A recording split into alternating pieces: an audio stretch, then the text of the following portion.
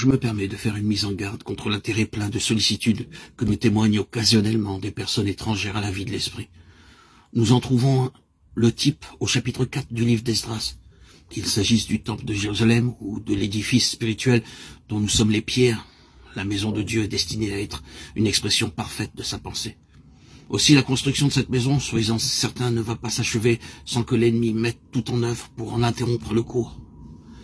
Quand elle sera finie, son opposition sera sans objet. D'ailleurs, il n'y sera plus.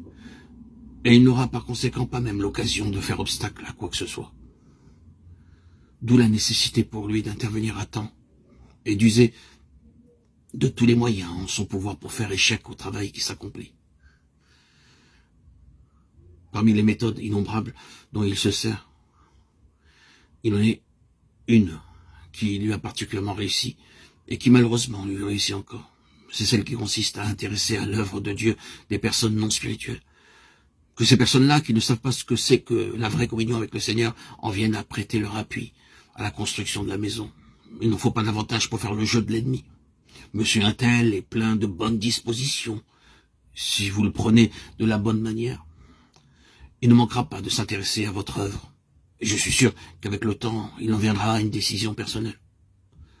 À ce raisonnement fallacieux, qui est d'un usage courant aujourd'hui, nous répondons sans hésiter, jamais l'homme charnel, jamais l'homme naturel ne pourra construire une maison spirituelle. Ce qui est né de la chair est chair, et ce ne sera jamais rien d'autre. La chair et le sang ne peuvent hériter le royaume des cieux.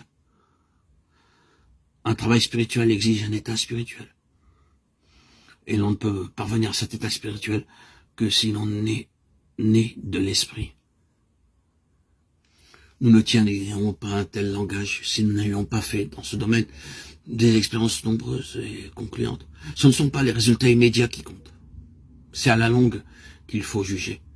Si un homme n'est pas spirituel, son œuvre ne résiste pas aux critères du temps. Bien plus, si l'œuvre de Dieu nous offre parfois un tel spectacle de division, de faiblesse et d'émiettement, que l'honneur même de Dieu en est atteint, à qui devons-nous, si ce n'est à la chair non crucifiée? C'est l'absence de spiritualité qui porte ces fruits-là.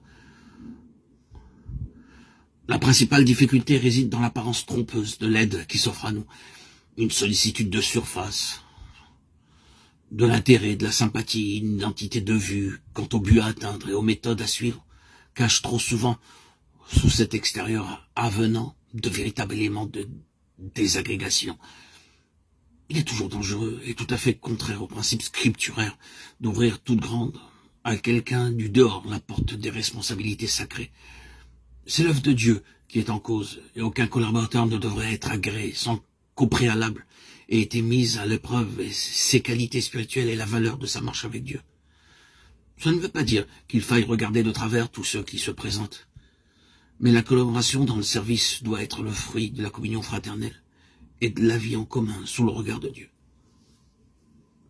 D'après ce que le Saint-Esprit nous révèle dans Esdras 4, nous voyons bien que ceux qui vinrent ainsi avec tant de prévenance étaient après tout des ennemis. Sans doute, ceux qui viennent par sympathie ne viennent pas tous avec l'intention de nuire, ni même avec la pensée qu'il pourrait en résulter du mal. Mais il n'importe, le principe demeure. Tous ceux qui ne sont pas véritablement en communion avec le Seigneur dans leur vie de tous les jours se révéleront une fois ou l'autre dans l'œuvre de Dieu, des fauteurs de troubles et des éléments de faiblesse.